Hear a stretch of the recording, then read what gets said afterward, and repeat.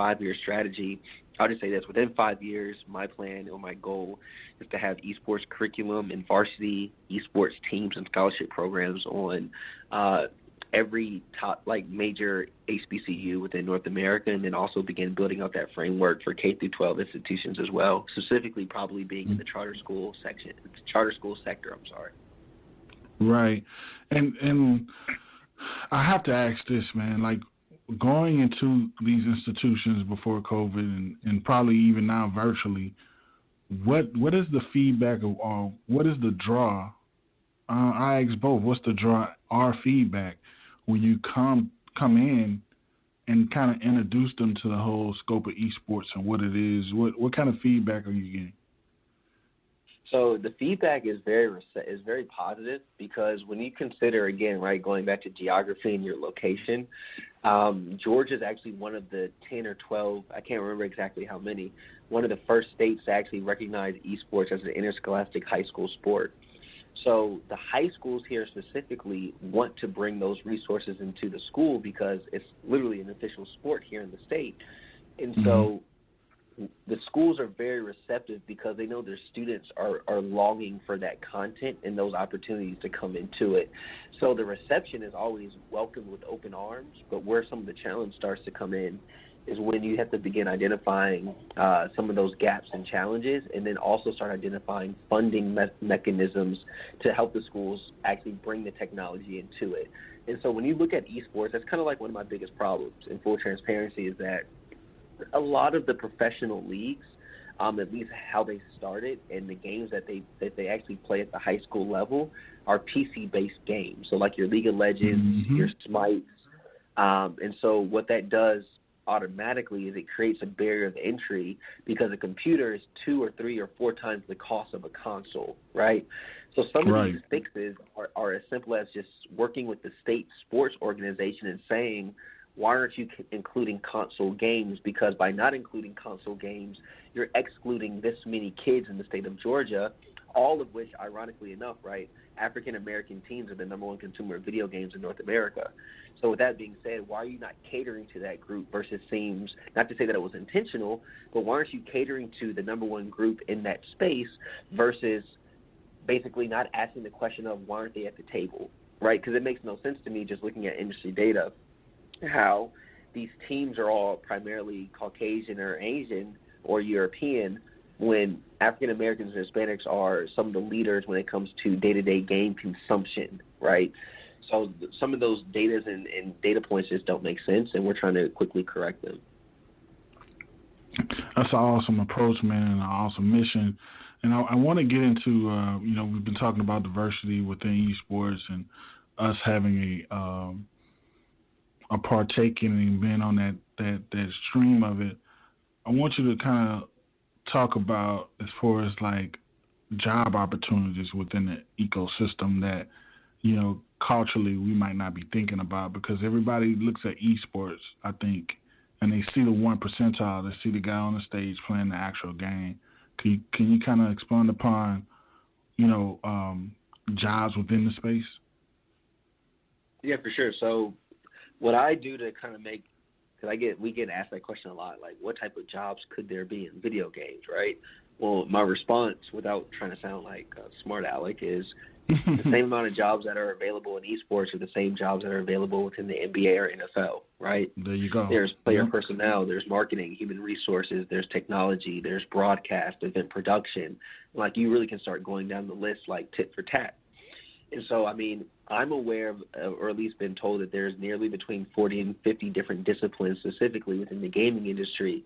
But where we want to be intentional is that we want to help these kids in Atlanta really break into the STEM and STEAM side of gaming, being computer scientists, graphic designers, coding, cybersecurity, data infrastructure, and like drone technology, because Georgia Tech, of course, of being one of the leading engineering schools in North America, they have a very, very robust game program. Well, from a Georgia Tech lens, it's like Georgia Tech, we're developing the students literally in your backyard to then actually have the accreditation to then step foot on your campus once they graduate high school. So that's really where we focus, is helping raise awareness around the technical side, because, again, right, finding a job in traditional business isn't as difficult, but where the gap really lies is the kids don't know about the jobs because the technology doesn't exist in their community to begin with. So can you really be mad at them for that? And that's where we saw like the largest opportunity to actually create change and then really drive some impact and value for local students here in Metro Atlanta. And I know, I think everybody that listens to the podcast knows what school that I work at. I call it my passion job. Can you tell them about maybe expanding outside of the metro area in Georgia, and if you have plans for that, what would that look like? Yeah, absolutely. I mean, everything we're doing is very scalable and repeatable. So, and I say Georgia a lot in Atlanta just because that's just physically where I'm located. Of course. But I mean, we already have presence in Charlotte. Like I said, our board member wrote the first curriculum at Johnson Cxmmunity. We're working with groups in Charlotte. We have relationships we have relationships as far north as Philadelphia, as far west as Dallas and Arlington, Texas, and as far south as Miami. So I mean, our plan is really to get our philosophy and our methodology right by using these pilot schools here in Georgia. So then that way when we branch out and then tap into a Southern Laboratory School, for an example, we already have the framework. We know what works versus what didn't work, and then really put best practices in place to make sure that the students can be successful. Yeah. And I want to kind of go into depth about, you mentioned the nonprofit piece, like the creative fundraising. If I was a nonprofit and I came to community, what exactly would that look like? Because I mean that I never entertained that conversation with you, and to be quite frank, I might have overlooked that service. And I know we probably have some nonprofits that are probably listening. Can you kind of go in detail about that? Yeah, for sure. So like when we say creative fundraising, is our ability to really tie in with brands and then also with influencers. So again, not to be repetitive, but going back to location, right? Atlanta arguably is home to the largest aggregate of hip-hop talent in the country.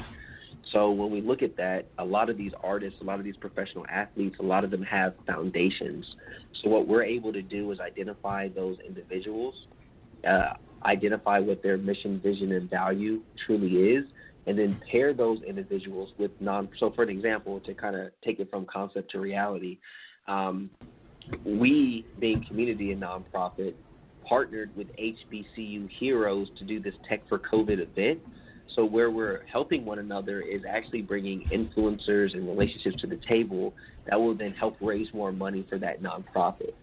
So that's really what we mean by creative fundraising, is taking the traditional way of making money through events, through phone-a-thons, or whatever that used to look like, and then leveraging more like quicker ways, right? For if there are any nonprofits that are listening, I would challenge you all to look up the Twitch Stream Aid. I would challenge you to look up Fight Fund, which is a charity event going on right now that FaZe Clan is hosting. I mean, these groups are raising millions of dollars in under 24 hours by leveraging digital media for their fundraising efforts. And that's the type of insight and knowledge that we're bringing to other nonprofits to help them meet their goals. So really what it comes down to is finding athletes or influencers that have foundations, pairing those with actual nonprofits that have a similar mission, and then putting on either physical or digital events to meet the goal. That's awesome stuff.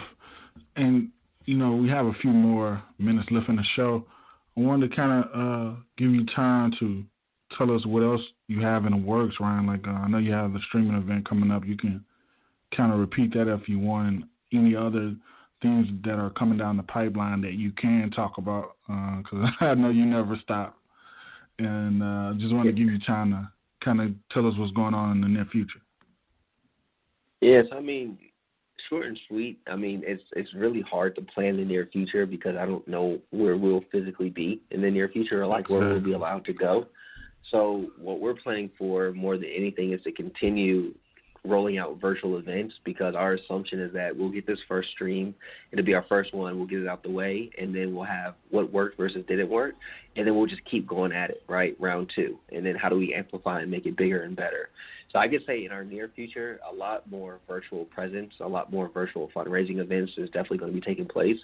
But something that we're really passionate about, and again, not to be repetitive on this, but with John being the first professor to actually create this coursework and materials for HBCU campus in Charlotte, we're actually highly considering trying to structure one of the first HBCU leagues by helping onboard more universities to then actually make this a legitimate operation within our community. We want to help create scholarship programs. We want to help develop the curriculum. We want to help connect with corporate sponsors. We want to find influencers that are passionate about HBCU education and then leverage all of those resources to actually build out what an HBCU league would look like, very similar to what you have within traditional sports being the CIAA, the MEAC, or the SEAC conferences. So that's where we want to take things. And we know that, again, it's just really hard to even conceptualize that type of stuff when we don't know where we'll physically be in the near future. But very long-winded way of saying, the near future, we just want to scale and repeat what we have coming up next weekend. And right now we want to get that right and really just be hyper-focused because, full transparency, getting those type of events right will set us up for success to the point where whenever school does return back to normal, we would have generated or received enough donations that we could probably onboard 4 or 5 schools to actually get esports programs. Sure, man. And we got less than 2 minutes. Man, you have my full support, and I thank you for coming on and blessing the show, man, and spreading this information. I think it's awesome what you're doing. I think you're right on track with the time.